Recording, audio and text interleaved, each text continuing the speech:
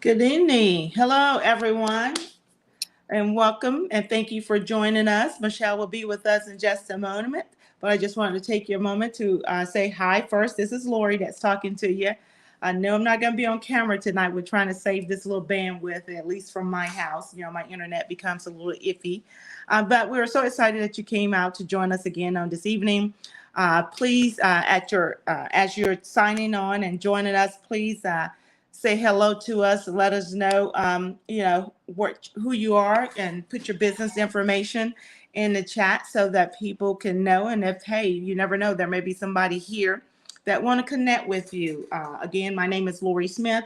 I'm the CEO and founder of Aca Elegant LLC, a GovCon consultant and mentorship agency. Started my business after I retired from the government in 2020. However, as you all are aware, around that time we was heavy into COVID as well. So I've been just sliding, in here, and it's getting some steam now. So I'm very excited about that. But I'm also the program facilitator for Career Gateway Acquisition, which is a training cohort with Management Concept. And it's a great opportunity for me to continue to sow seeds into the lives of other contracting professionals that are new to federal government. Every Wednesday night we get here and we try to offer you all information, do connections, and just share, what we know and provide to you all, just knowledge, just to help you in your growth and your journey as small businesses.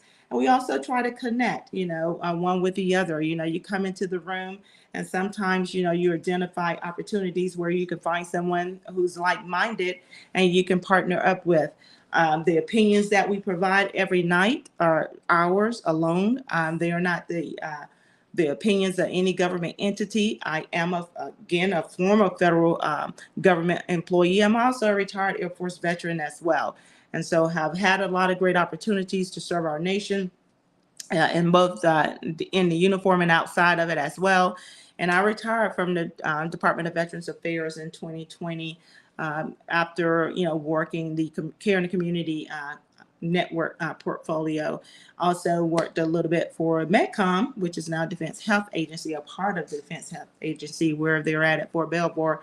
Worked there for a bit of time as well. So very excited to be here and offer what I know about the perspective of federal government contracting, being mindful that policies are ever changing. And so what we do as professionals is that we make sure that any information that we're providing could be readily validated and identified, based on those policies. And so welcome, Sherilyn Robinson. Happy to have you here. Thank you so much for joining us. Looks like you and I probably need to connect, seeing that you do government contracting consulting services and other industries as well. So, and you're a naval vet as well. All right, yeah, we have to do virtual coffee and tea real soon. So hopefully we can connect on LinkedIn here real soon. I think Michelle has also pushed out the link so that we can join on LinkedIn as well. I'm on the StreamYard, so I can't see what's happening on the LinkedIn side of things. But again, very excited to be here. So hopefully Michelle will be back with us soon. Michelle, are you there? I am here. Give me Okay. just a minute. Welcome, everybody. So glad that you could join us. Welcome, welcome. Thank you. We are only going to be on LinkedIn Live because I'm going to try to get my slides up, and we're going to have a good time, Lori. So thank you to my sister in service, Lori Smith, who is absolutely amazing. Just blessed to be in her midst. She is an Air Force veteran and also a former contracting officer from the Department of Veteran Affairs, where she was a senior director. Hey, what's up, Coach? Where she was a senior director in charge of the Community Care Network. And if you don't know what that is, that's when veterans need an outside of VA network to actually get their medical services. So she dealt with the contracts and all of that for those folks. in making sure our wonderful veterans got served. So let me just bring this up here. Hold on a minute. Hold on a minute. But for those of you who don't know me, I do want to welcome you. My name is Shenell Gardner-Ince, and I am have never been without a military ID card, and I'm excited that you're here. If I can get my slides up, I'm excited that you're here because guess what?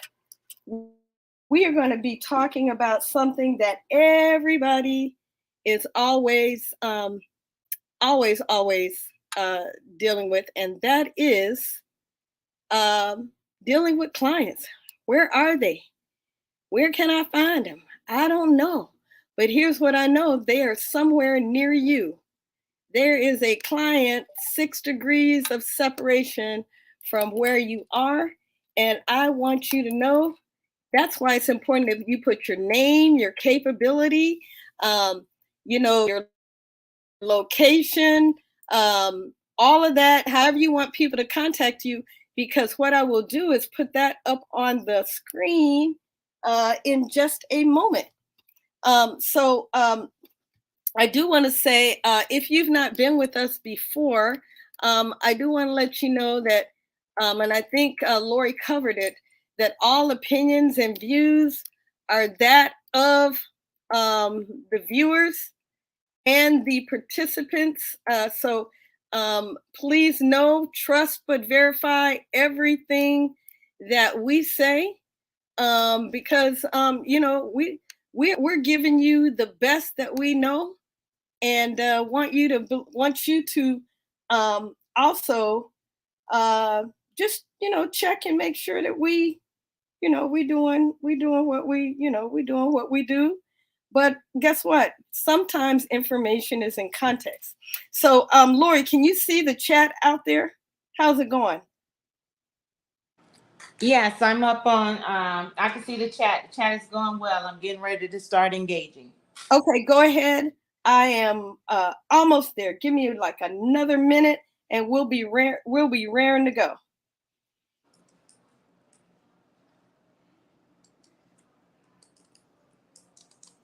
So what are they saying out there? Who we got out there, Lori?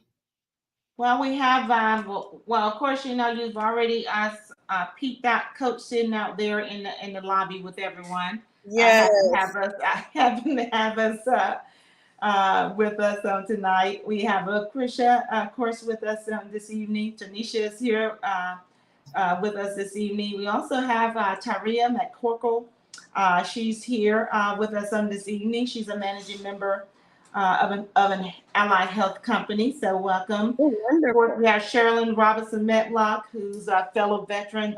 She's a naval vet, but we will love you just the same.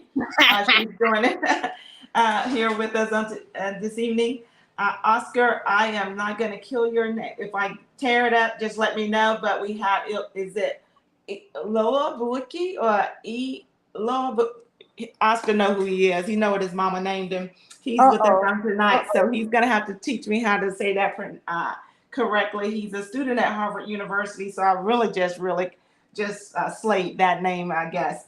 So correct me in kindness, with love. But they're here with us this evening. Who else do we have? And those are all the chats I see right now out here on the LinkedIn live. Do we have anybody on? Do we have anybody coming in on YouTube or either YouTube or Facebook right now? I see you getting fancy, and I don't even know how to tell you whether or not you do or not. Now what is my new mantra? I am a tech princess in training. Yes. All right, we are good to go. Oh my God. Thank God. I was having issues with my presentation. I got it up. Now, let me come on over here and start sharing. Thank you all for your patience. If y'all don't know, there's something about me that you need to know. And what you need to know is that I am a iPad girl. Okay, like 99%. I treat my iPad like it is a computer. And I want to let you know that I'm on a Mac. I mean an old Mac. Ain't had it for a minute, okay? And so as a result, I had to bring it up because in order to share, can you see my screen? Can y'all see my screen? Can y'all see my screen yet? I can't see anything yet. Can y'all see my screen? No? No? No, you can't see my screen? Yes or no? I cannot. Can anyone else see? Could you tell us in the chat? No, no one can see your screen just yet. Let me try again. Let me try again. Okay, it says present. I can do this. Share my screen. Share my screen. Okay. Share my screen.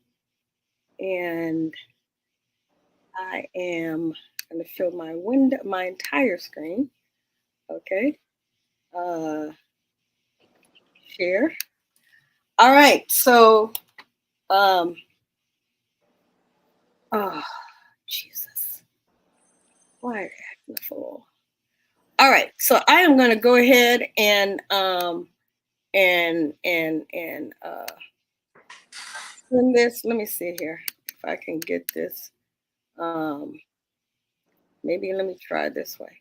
But what I'm going to talk to you about today, either way, is about client relationships and how important it is. And I want to show you a model that I came up with that I think is extremely valuable, because how many of you are always looking for clients, right? Like, where can I find where are these people?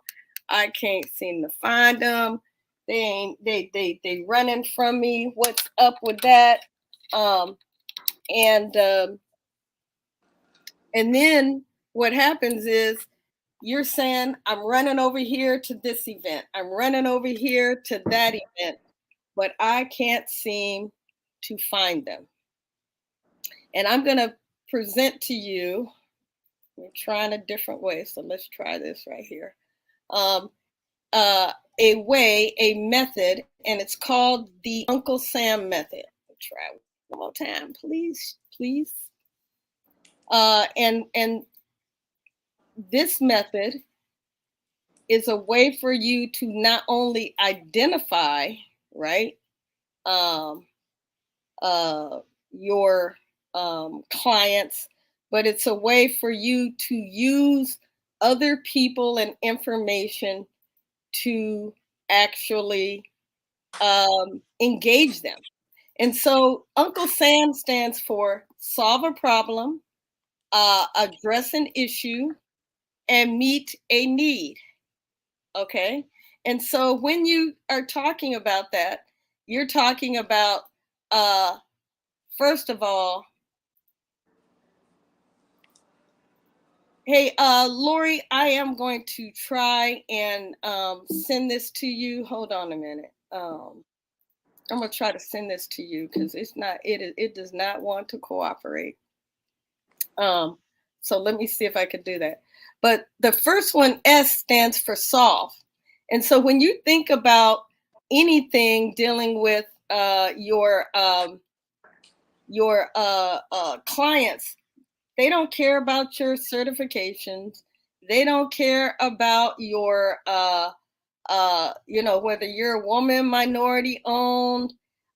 Even if people know, like, and trust you, generally clients are so risk averse, right?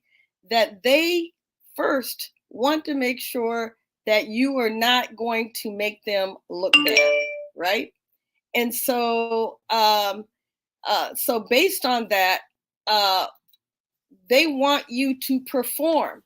And so the things you need to prioritize are, first of all, your value. You know, do you have a value proposition that will allow them to uh, uh, know that you're going to solve their problem, address their issue, or meet their need? And so basically, the first part of it is, I'm going to go ahead and send this to you, Lori, even though, okay, send a copy. So first is, when you're talking about solving, who is a person that you know? You have to, this is about focus, right? Focusing on who is it that will be able to not only pay me for a problem I can solve, an issue I can address, or a need I can meet, but you're targeting that specific person. And when you target that person, what you're going to do is you are looking for them to um, um, you're looking for, where are they, right? You want to specifically identify a person, a group, or an organization. And then the next thing you want to do is you want to determine what is their role. Because let me just tell you a story. So first of all, there was a lady who called, and she was upset, rightfully so. But she was upset because the person she was talking to would not answer her question. We were on a virtual industry day. And so during this virtual industry day, she was in a breakout group, and she kept asking this particular company, well, I need you to tell me this. And that person kept saying, I don't know that. I don't know that. And then she just felt like, well, I'm going to ask stronger, or I'm going to ask in a different way. Well, guess what happened? The reality is, when she came back, I said, well, why do you think that person didn't answer you? She said, well, he just didn't want to share with me. Or I said, well, how do you know that? How do you know it wasn't the fact that he did not know that information? Period. Dot. And that is the reality, is that sometimes we are talking to the wrong person. That person is not the right person to answer our question. And so instead, what we should try to do is find out who is the right person to talk to. And that's why targeting the right person is so important. And so after you target the right person, then you want to ask yourself, what is their role? That's what I just talked about. And when you talk about what is their role, you want to say, hey, where are they located? Because do you know that sometimes it's easier to, what I call, drill in your own backyard? And the reason I'm saying drill in your own backyard is because when you drill in your own backyard, you have people that are that you have relationship with, that you went to church with, that you know go to the same grocery store, or you know somebody else who goes to the same grocery store. And so the reality is, it's really important to know those people, because you can get into those people. The access has a tendency to be a little easier when you're looking in your own backyard. And so if I were to first then say, you know, who is the person? It could be a group, because sometimes there's organizations like AFCEA, or Air Force, not Air Force, but American Logistics Association, the MBA Association. There might be Air and Space, Army USA. Anyway, you get the idea. These are groups and organizations who were specifically targeted and focused on meaning your particular skill or value proposition. And so after you identify the person, the group, or the organization, you want to know, and I love to tell a story about a friend of mine who's the vice president of AFCEA National. He's in charge of their engagement. And one of the things he told me is when I go to conferences, because he's, IT is not as diverse as we would like it to be.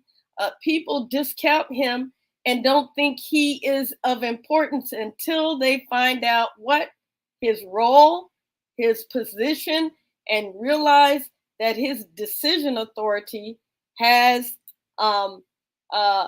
could impact their ability to get opportunities and access, right? Hey, Lori, can you look in your email? And then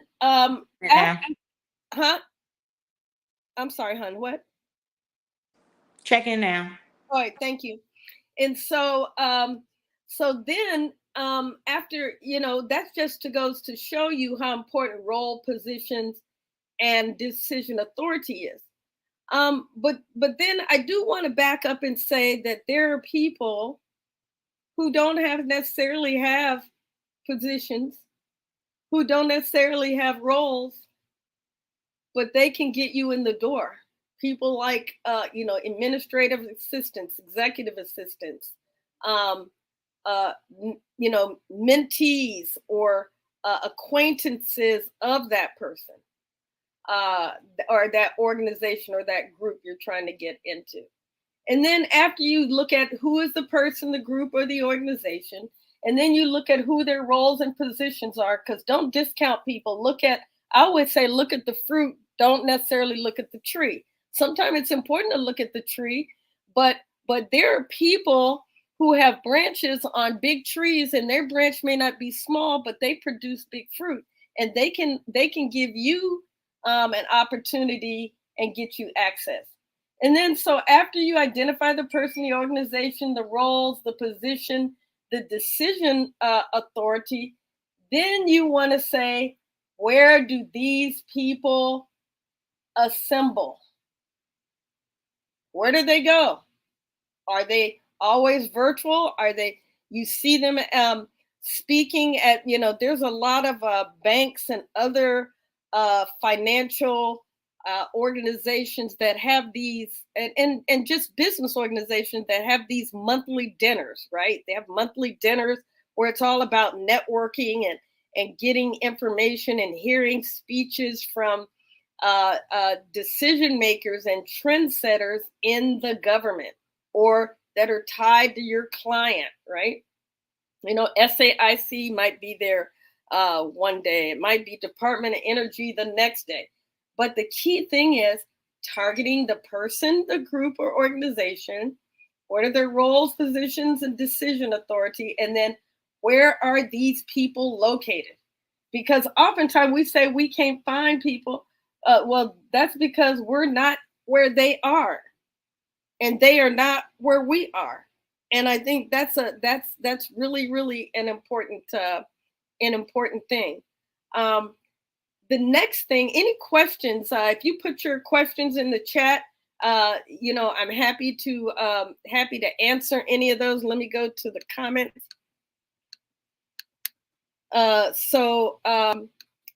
First we are talking about next. Who do I know? Who are my connections?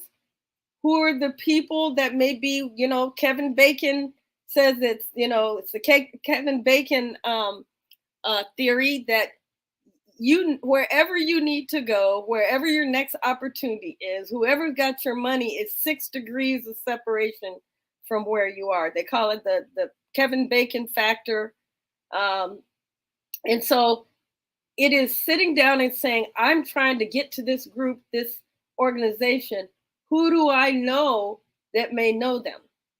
And that's why I love LinkedIn so very much, because, when you look at LinkedIn, you can go and see who people's connections are. And then you can always ask people that you know who believe in you to do an introduction. I hate cold handoffs. Like somebody will ask me, can you introduce me to so-and-so? And I'll say either yes, I know them, or no, I don't. And I'll say yes, I will, or yes, I won't. And I think that's very important, right? Get a definitive decision behind whether or not people will do it. Because sometimes people will give you the impression that they will introduce for you, but introduce you to someone or get you in a door, but they actually have no intention of doing so. They just don't want to say no. Hey, Lori, how are we doing? We're doing well. Okay, were you able to bring it up? Yes, I have it up. Oh, can you share? Will it let you present? I don't know. Let me check and see. Okay, it'd be great. If not, we will just keep on proceeding. So it's who you know. And so let me just use an example. When someone says, yes, I will introduce you, ask them, do you think your schedule will allow? This is what I love. I love using these words.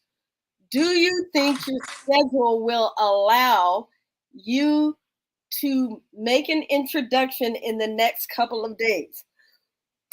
If not, then when? And what this does is it sees the commitment, because everybody's busy, right? I mean, that's just the reality. Everybody's busy. But the reality is, if it's important and if they value you, then they will do the introduction. Then the second thing you say to the person who will is, do you feel comfortable? Can you arrange for me to meet them in person? Or will this be a introduction virtually? And when I say yes and yes, I will do that.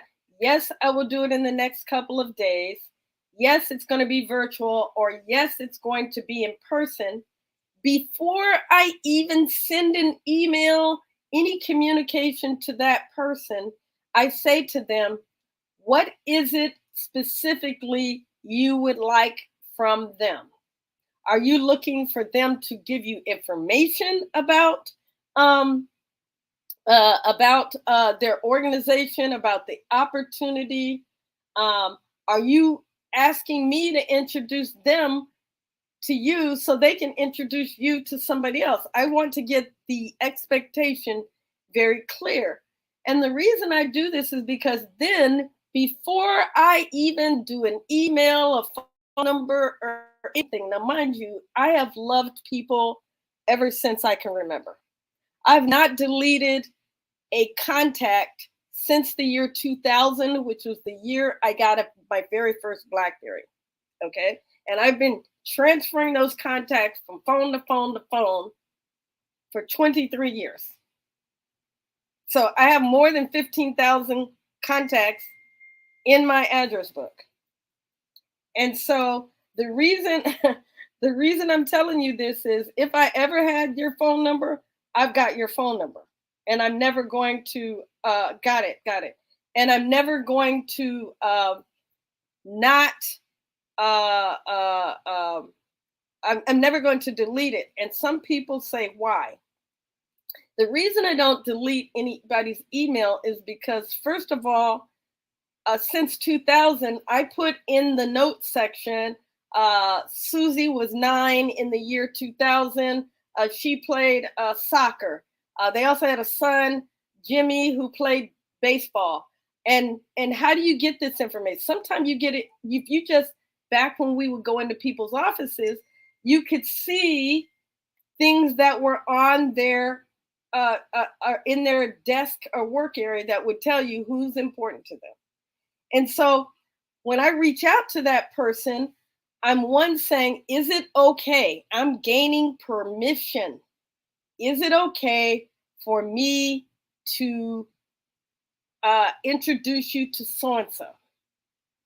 Then I'm saying, what is the method?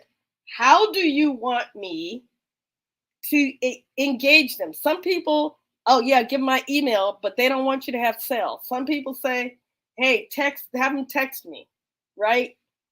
Or some people might say, I'm going to be at this conference, the Amazon Web Services conference tomorrow. I'll be speaking. You can see me there. That is so important, because remember, when someone is introducing you, and thank you, Lori, I got your message. When somebody is introducing you, what happens is they, mind you, okay, are allowing you to walk on their back, not literally, the foundation of their relationship with that person. Now, people take it. I can't tell you how many times I've offered people something, and you know what they want from me? They want me to be a phone book. Well, can you get me so-and-so's number? Can you do? And I go, okay, if that's what you want to relegate me to, I'll get you so-and-so's phone number. But they never ask me. So this is about identifying a person, group, or organization, the roles, the position, what kind of decision authority do they have? Where do these people go? And then now, if I don't know those person, the people, the group, the organizations, I'm going to say, who do I know? Right? And so if I say, I'm going to do an introduction, then now I know that I have done an introduction for somebody else, right? Then the next thing is, if I don't know anybody who's, my target client, the next thing is, who should I know? Sometimes that's just as important, because, that's when you can talk to employees. If you find out somebody works in a company where they a company where they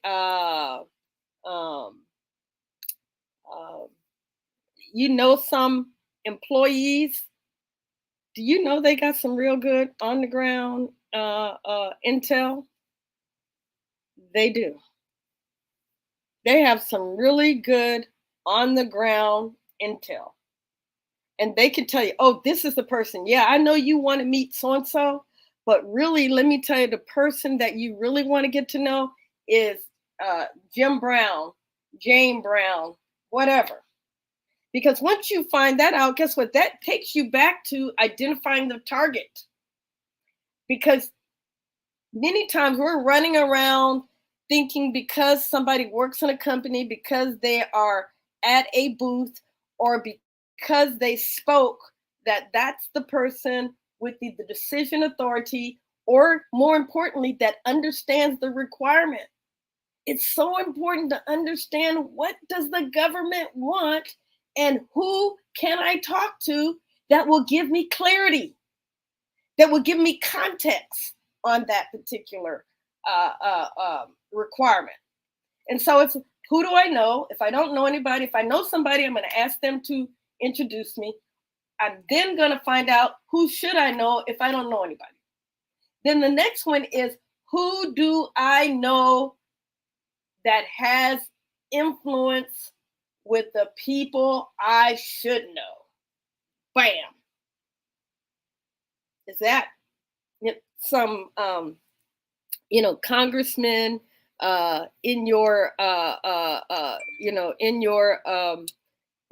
your area? Is it a, city council person maybe in your area? It could be any of those. It could absolutely be any of those.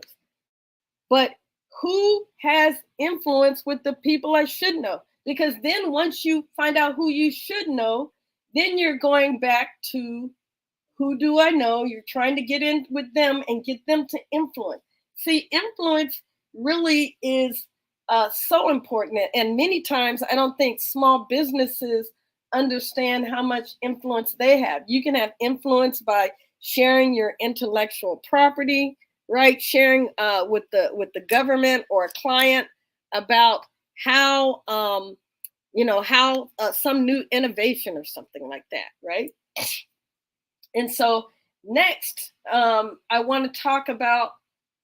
I talked about the person, the group, the organization. I talked about who I should know, who you should know, who should I know, who do I know that has influence with the people I should know.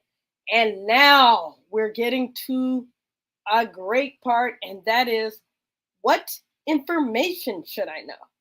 So I went from people to the info. And this is why I said the people that you are trying to meet have information. And this is something I tell the ladies all the time, right? The government does not buy on the first date. And I asked them, when you had a first date, did you give it up?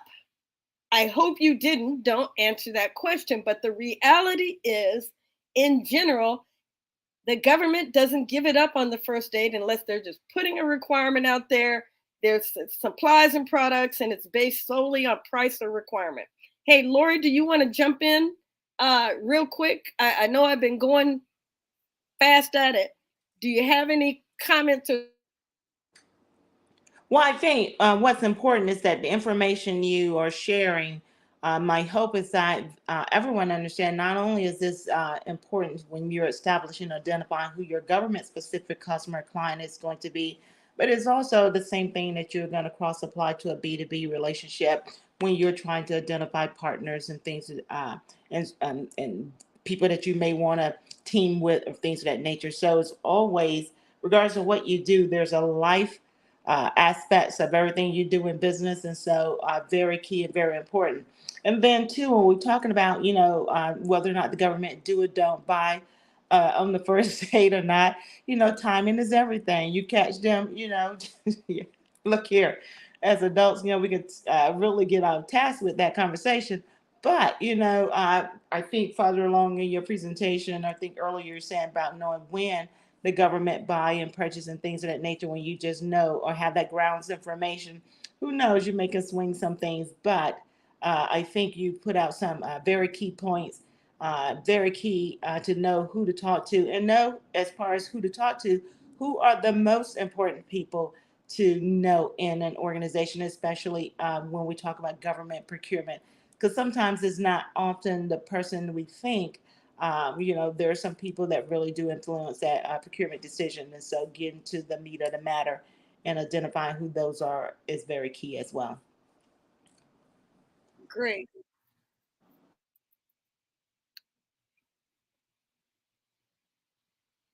So next, do you hear echo? Hello, can you hear me? Yes, we can hear you. Do you hear echo? Um, I guess you're going to have to speak a little bit more for me to see whether or not I hear Testing echo. 1, 2. Testing 1, 2. I don't hear echo. I'm going to see in the chat. Do anyone else hear echo? Okay. So next, when we talked about what person should I know, now it's about what information. And so when we're talking about information, Michelle, you are sort of going in and out now. So on my end. okay, hold on. Can someone type in the chat if she's clear to you so that we'll know that What about now? now that was great. Better? Okay. Yes, uh-huh. Well, when we talk about what information should I know, right? This is so important because a lot of times we are seeking the wrong information. And there's information around us all over the place. When we have an opportunity to determine what information should we know, first let's start. We talked about knowing the buyer, right? So we talked about who are the people. So when we get to the organization, we should be trying to figure out what we call in the Department of Veteran Affairs, and this is just common knowledge, it's called a procurement decision maker. And a procurement decision maker is a term that was created maybe about 10, 12 years ago. And that is a person who has the procurement requirement. They have or are knowledgeable of the money, or they have the budget, and they have the decision authority to make that contract become a reality. So it is procurement decision maker. They have the procurement requirement, the decision authority, and the budget. Many times that is not all the same person. So there might be an acquisitions manager or a senior acquisitions manager. There might be a small business liaison. There might be a supplier diversity manager, which is oftentimes in the commercial arena. Small business liaison is in the government. There might be contracting officer as well as a contracting specialist. A contracting specialist is really more administratively focused, making sure the requirements of the contractor are accurate. They're also making sure that it meets the legal requirements. And the contracting officer is the one with the warrant to execute. And then, like I said, you may have a program manager that may end up being the core, right? Actually, and understands the requirement and has day-to-day knowledge on what's working with the current vendor and what is not, or what future requirements might be coming up. And also that person is very knowledgeable about the pain points. So now that I told you who, when you find who, and you're asking who you're trying to get in to see, it should be these people. Now they may have job descriptions, director, branch chief, division chief, whatever. But the reality is you want to know, do they understand the requirement? Do they have authority to execute it? And do they have the budget? So after we know that, now we're talking about the information. Information is all around you. Social media, Google, etc., is like a library. It is literally like a library. Okay, if you know the right question to ask, it will give you a pretty good answer. And now with AI, for those of you who might be using that, it's even more powerful. AI is so powerful. It's more powerful the more information you know and the context in which you can bring it in.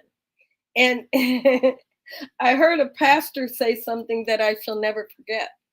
He said, if you don't understand the context of something, you are conned out of the true meaning of the text. If you don't understand the context of something, you're conned out of the true meaning of the text. So you've got social media. Then there's regulations, laws, and policies. The government rarely does anything just because it's doing it. It rarely buys anything just because. There's generally some requirement, some regulation, some law, some policy that requires that they do it. And if you are in cyber, IT, HR, professional services, you want to know what are the things that govern those. GAO reports. I just said, you're solving a problem, you're addressing an issue, you're meeting a need. And all these relationships are in an effort for you to be able to better address their issues, meet their needs. You're trying to find the right person who will get you the information, but the information also is out there. GAO reports are pain points. Solving issues, problems, and needs are pain points. IG reports our pain points. Congressional testimony. Yeah, you can listen and hear what are the congressmen and senators grilling them about or asking them about. That tells you there's a problem, and I can guarantee you those confirmed leaders, federal political appointees, are going back to their offices seeking to find a solution, a way to eliminate that pain. I mean, you can look at,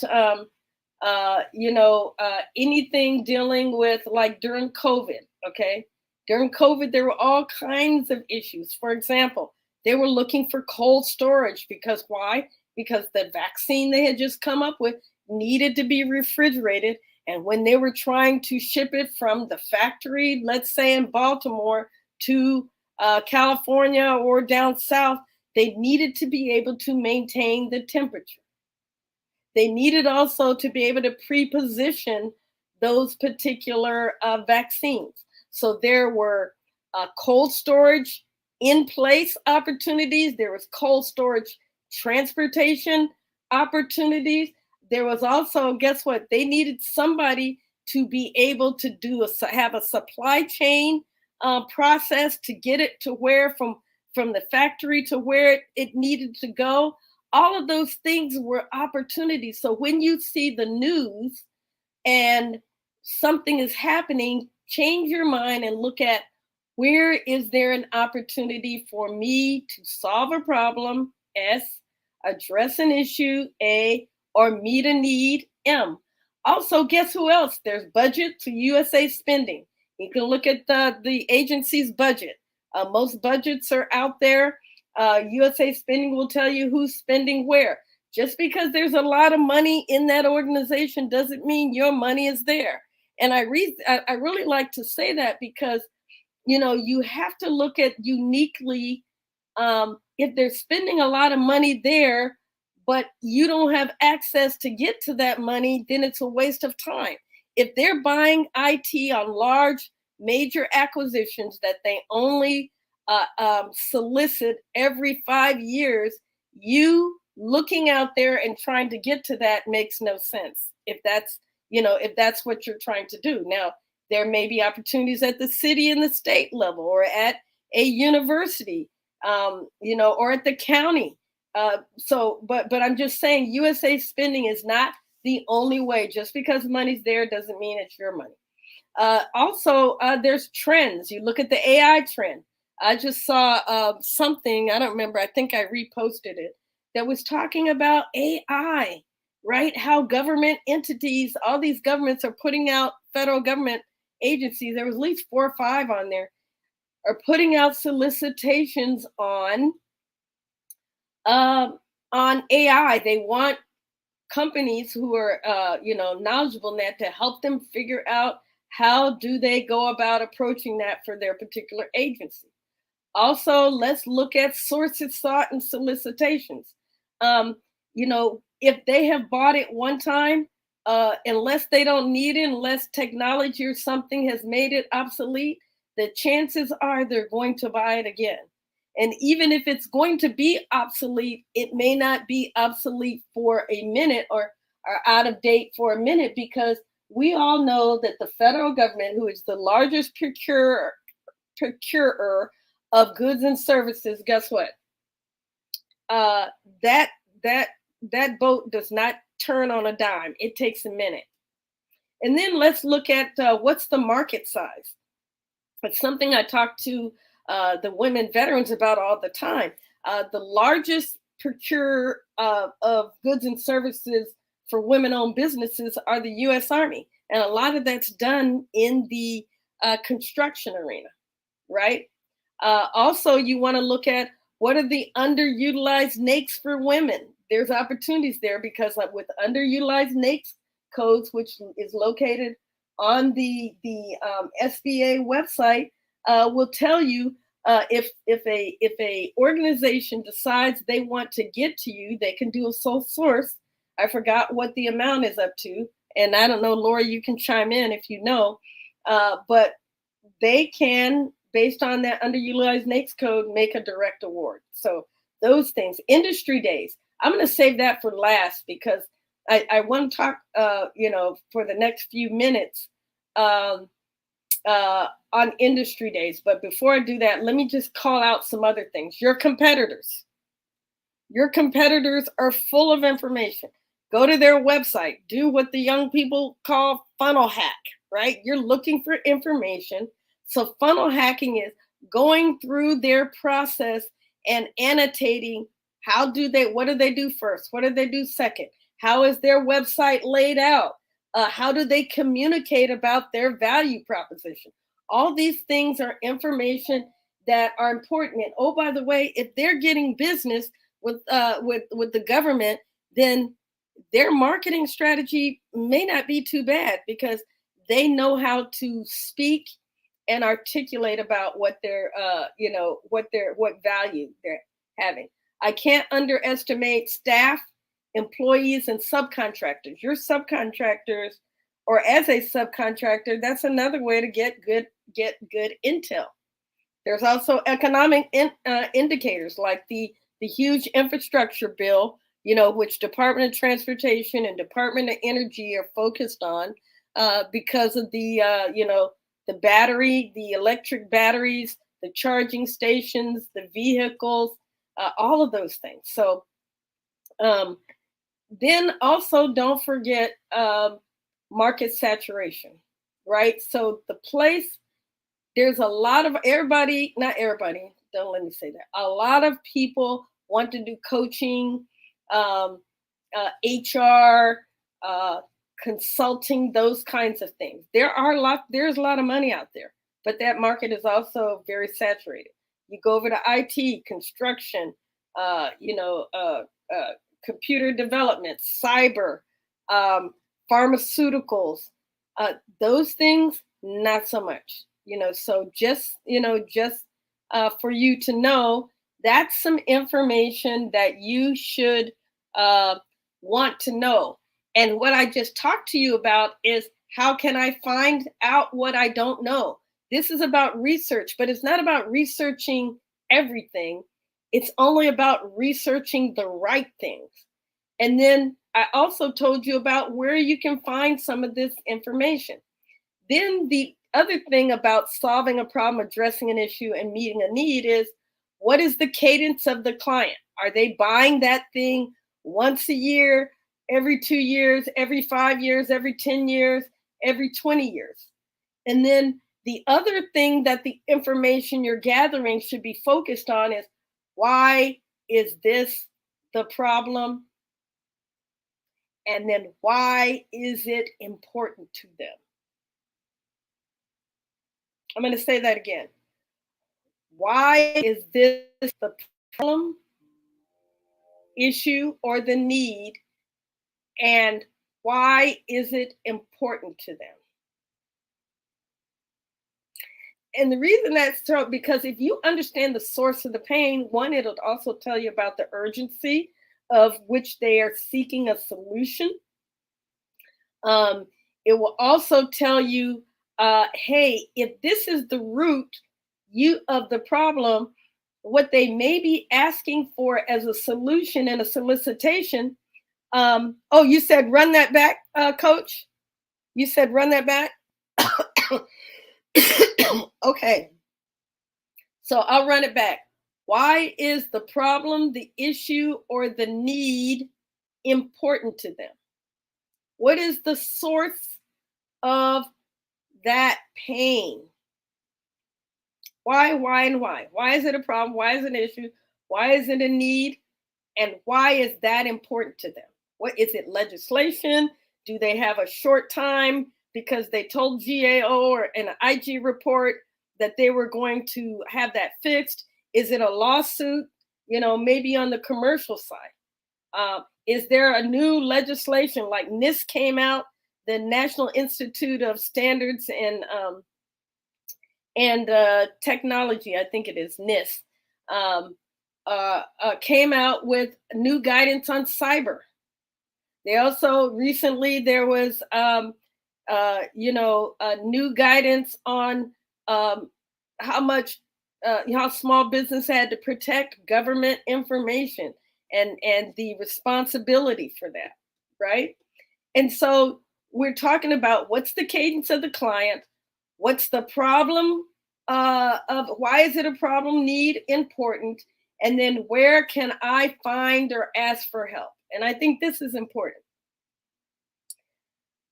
The reason people go, I can't find, I don't know, that may be true. You may be able to find the information, but you don't understand the context of the information. So that's why you can either, I say, do you want to go fast or do you want to go, slow? And there's no right or wrong answers, just opinion. Fast costs money. You have to hire consultants because they're leveraging their years, oftentimes 10, 20 years, 30 years of experience, contacts, and information, and giving it to you and helping you get there faster. I always tell people, go to the free first because it may be slow, but it'll help you go faster.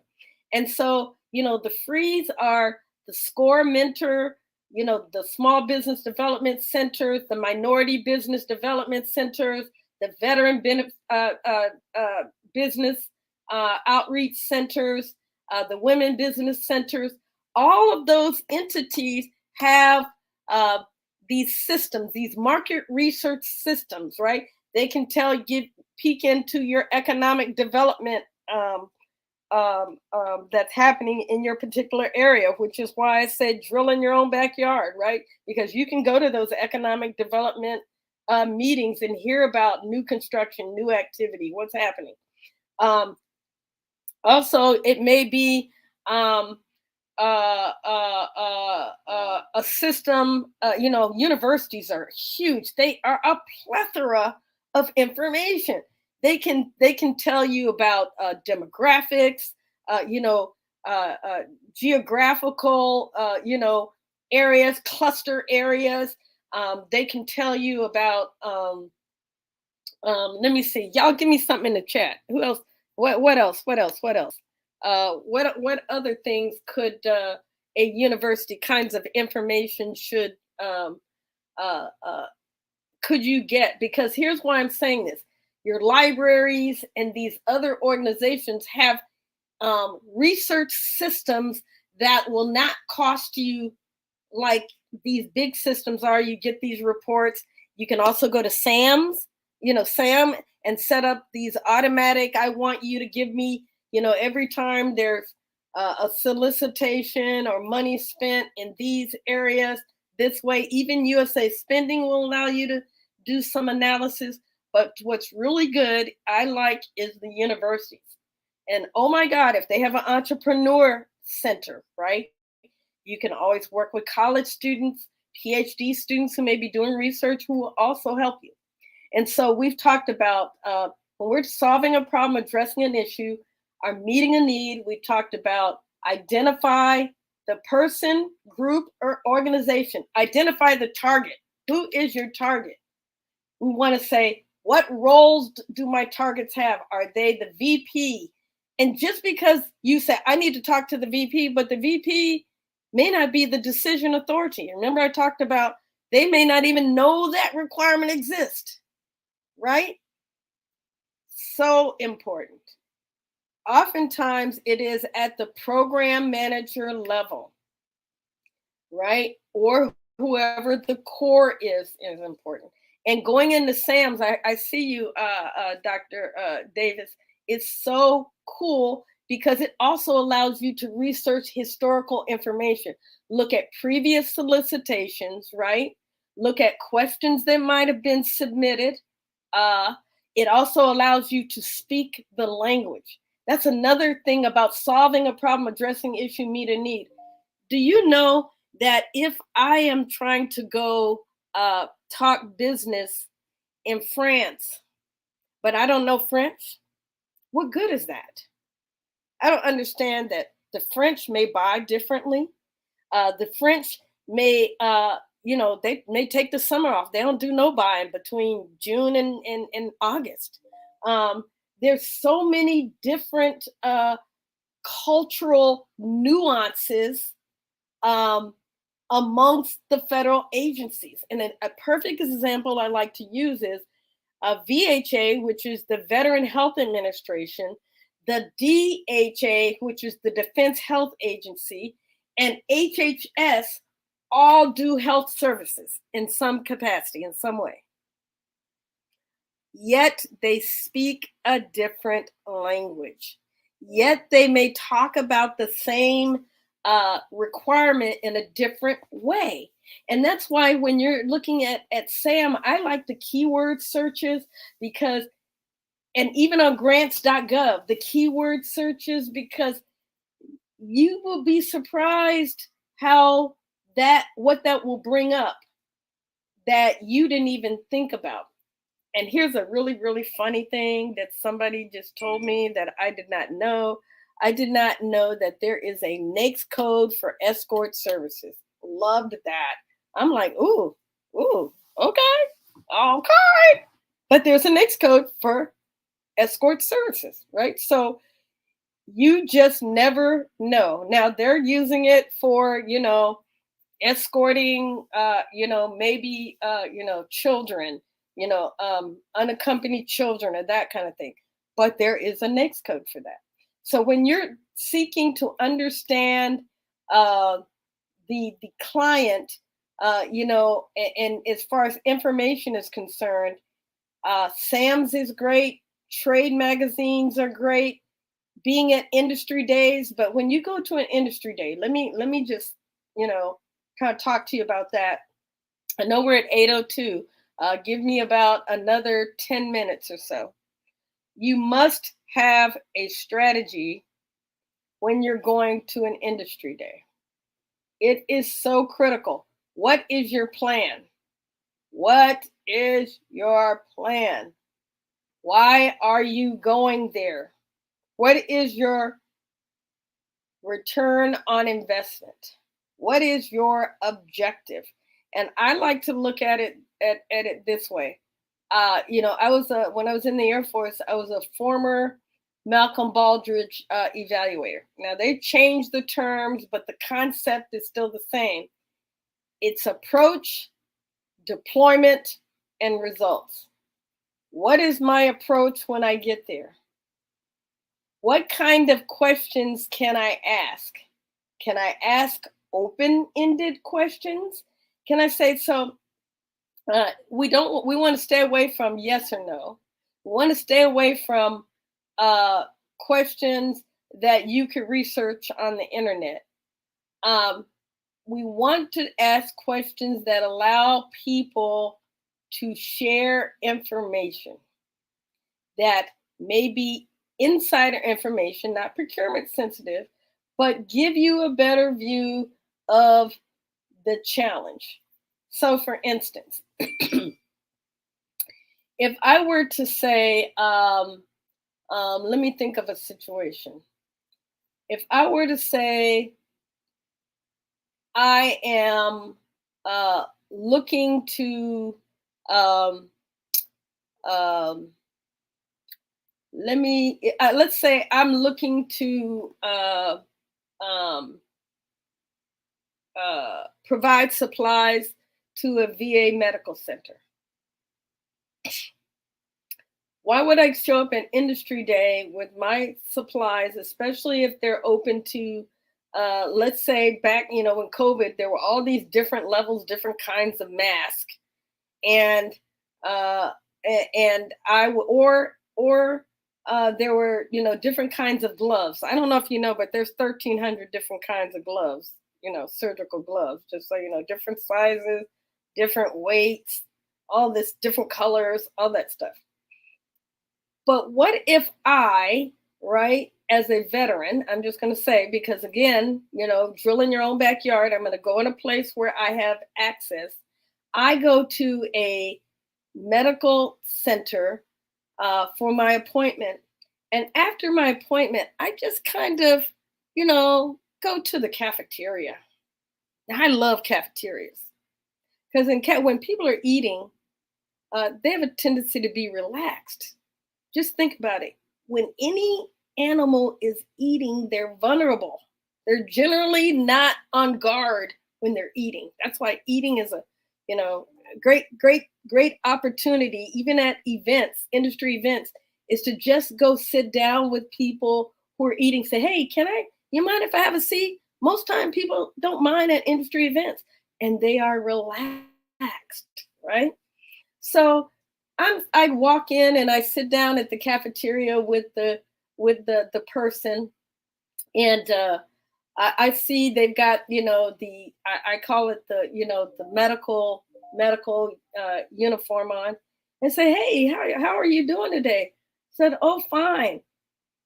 Hey, you getting ready for surgery, or hey, you guys, how's it going? You busy? Hey, I know with COVID, it's a lot of stuff's been going on. Sometimes it doesn't have to be about the subject.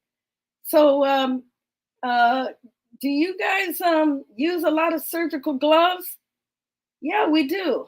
This is very high level and generic. Uh, how's those working out for you? You guys, you got enough, or you think um,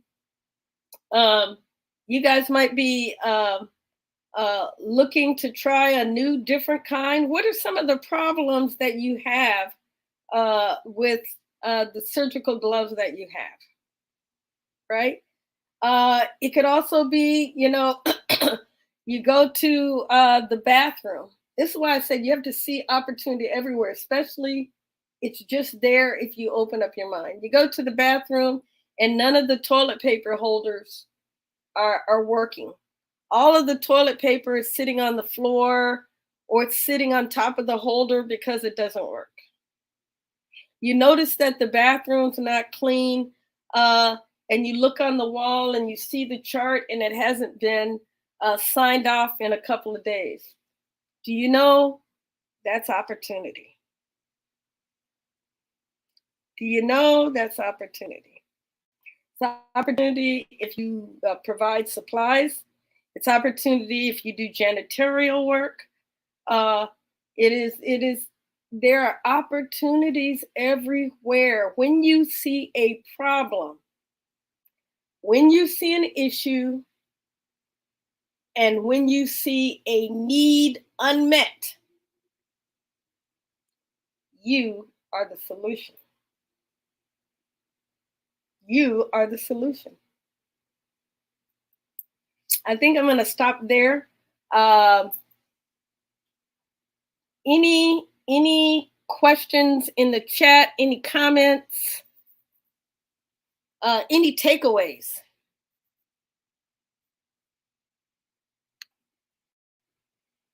Any takeaways?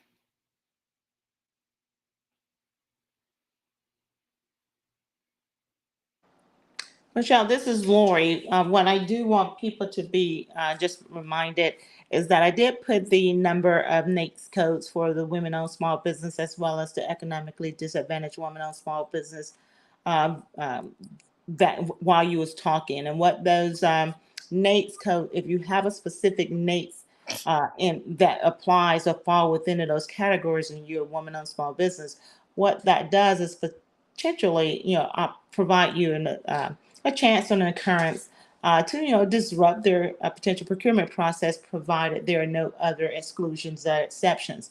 And so when we talk about what would preclude you from being able to go into a contracting officer and ask them to set something aside for a woman-owned small business, and or more specifically, give it to you direct award.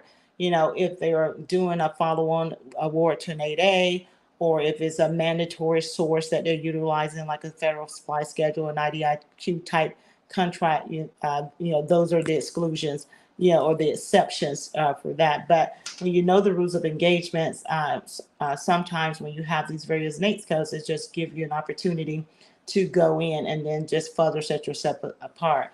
For a direct award perspective, I think if you're manufacturing a NAICS code, that's like 7 million, and then all other is 4.5 million. So for the most part, most people would probably fall in that $4.5 million area. But if you can facilitate a $4.95 million direct award as a woman-owned small business and/or economically disadvantaged woman-owned small business, that's a great opportunity for you. But the key to it is that you have to be certified. So that's why it's very important to make sure that although we're not focusing on the red tape aspects of our various certification, it is important that when you go out to do anything that you go out ready. So just wanted to share that. Mm-hmm. So true. And those and I put it on the screen. That's 646 NAICS codes for women-owned businesses that are underutilized, and 113 NAICS for economically disadvantaged women-owned small businesses. And you can just Google woman-owned small business underutilized NAICS codes. And, that's an opportunity, especially when you have a relationship with, a decision maker, and they want to get to you. They want to give you an opportunity or award you an opportunity to do business with them. That's another way. Again, for those of you who may have joined later, Uncle Sam is, I call it Uncle Sam because I originally came up with this when I was talking about military folks having skills and talents in their rucksack, right? In their backpack that you see many of the Army, Air Force, we don't really carry a rucksack too much. But hey, what's up? Sergeant Major Williams? Good to see you. But in your rucksack, you might have everything you need, and you on a 5-mile, trek. So we have gifts and talents, skills, experiences that we've gained, and those things in your rucksack equal your capabilities, equal your ability to deliver products and services to the world's largest buyer of goods and services, the U.S. federal government, and allows you to solve their problem, A, address their issue, and M, meet their needs. That's where I got Uncle Sam from. And so I'm going to do a quick recap on all of those. Solve a problem. And when we're doing that, we're going to try to find the person, the group, or the organization that can give us more information on how we can bring more value to that customer. And we want to make sure they're in the right roles. And I want to remind you that oftentimes those right roles aren't necessarily based on position. They may be based on proximity to the need. The people closest to the requirement know more about it than the boss. I have a saying, the further you are away from the sheep, the less you smell like them. And I think that's appropriate when you're talking about requirements, right? And then where are these people, or where do they assemble? You want to know, where do they hang out? Back in the day, if you wanted to find, Sergeant Major's on the line, Sergeant Major Williams, if you wanted to find the Sergeant Major or the Chief, you knew they were going to be at the club on Friday, happy hour. And so if you couldn't get in to see them one way, you were going to find them there. It's the same thing. Do research and find out where people are assembled. And then you want to say, who do I know? If I don't know the right people, right, I want to find out, who do I know who can connect me with the right people? And then who should I know? So even if I'm going to my connections, I can't always expect that they know all the right people to know. So if I've done research and I know who I should know, I can go to them and say, do you know somebody that does X, Y, and Z, or that has a need for ABC? You also want to say, who do I know that has influence with the people I should know?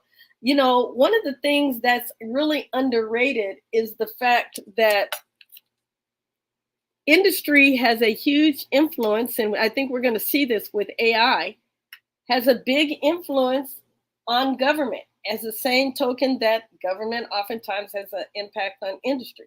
But when it comes to innovation, industry really can have a big influence.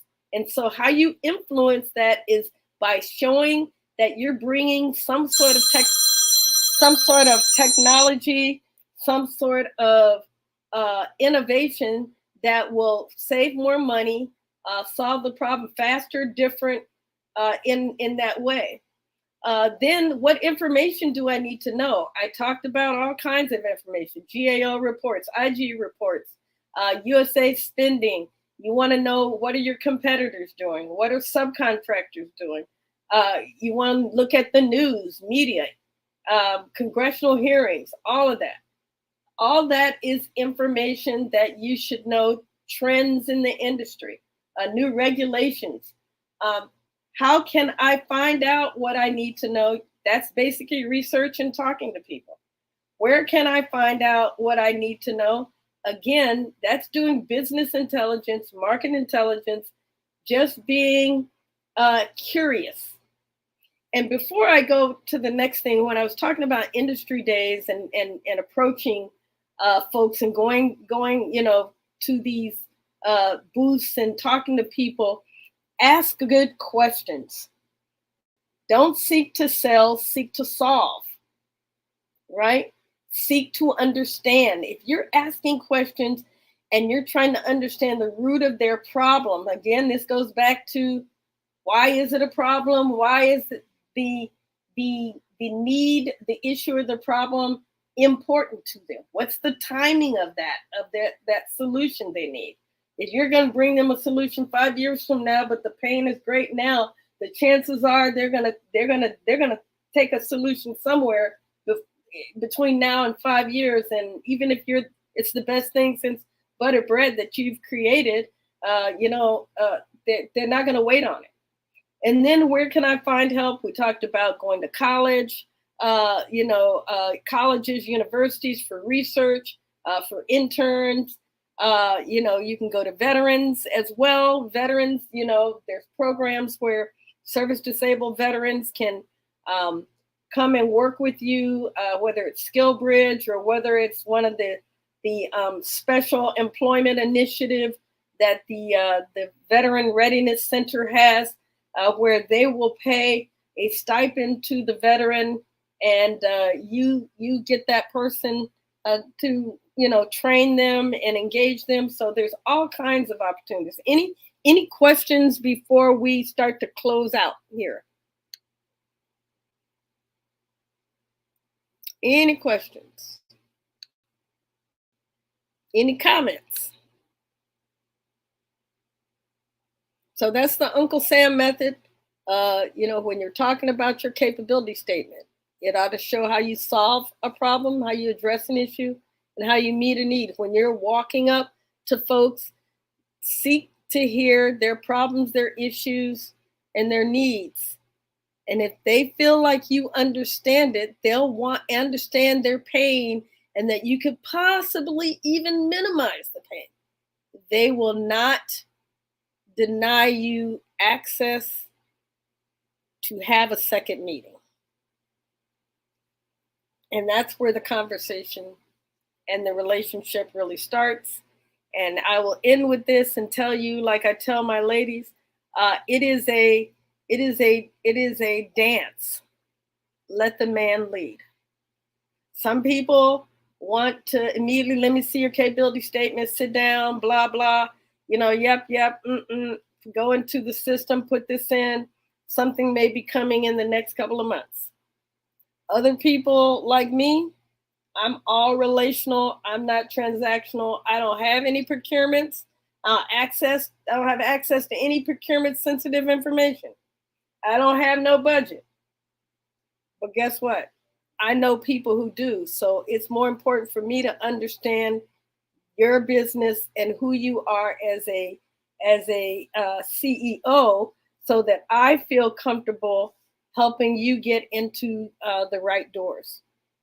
So for those of you who have joined late or have been on, I just want to say thank you so much for joining. Thank you for putting up with our technical difficulties. I do want to continue the conversation all this month about relationships, about managing client relationships, developing client relationships. Thank you for joining. We're here every Wednesday from 7 generally to 8 sometimes, like we are 8:30 p.m. And we're just here trying to demystify government contracting. We are attempting to bring context and clarity in a very safe space. There are no bad questions, only good questions. Because if you're not asking it, believe me, somebody else is thinking it. So my name is Shenell Gardner-Ince. It is my honor and pleasure to be here with you this evening. I want to say what I always say every time I end the session. First, I want to thank Lori and Dr. Davis and Coach Sean Austin, who are our experts. They come here every week lending their insight to this space. Thank you again. They come of their own free will. They don't ask for anything. But I do want to say to you, bless you. I just want to cast a blessing over your business. I want to say, may God bless and enlarge your territory. May He increase your profits. May He give you influence and access where you may not have had it. May He keep you from evil and keep evil from you, because it's an ugly game, or it can be out there. But most of all, I'm so honored that you spend time and space with us here, because you could be anywhere, but you decided to join this community, which is all about helping underserved communities enter the federal government space and to be successful and profitable, all to create legacy wealth, not only for them, but for their families and communities. So I'm going to say good night, God bless, and thank you. Thanks again. We'll see you next week. Good night. Good night.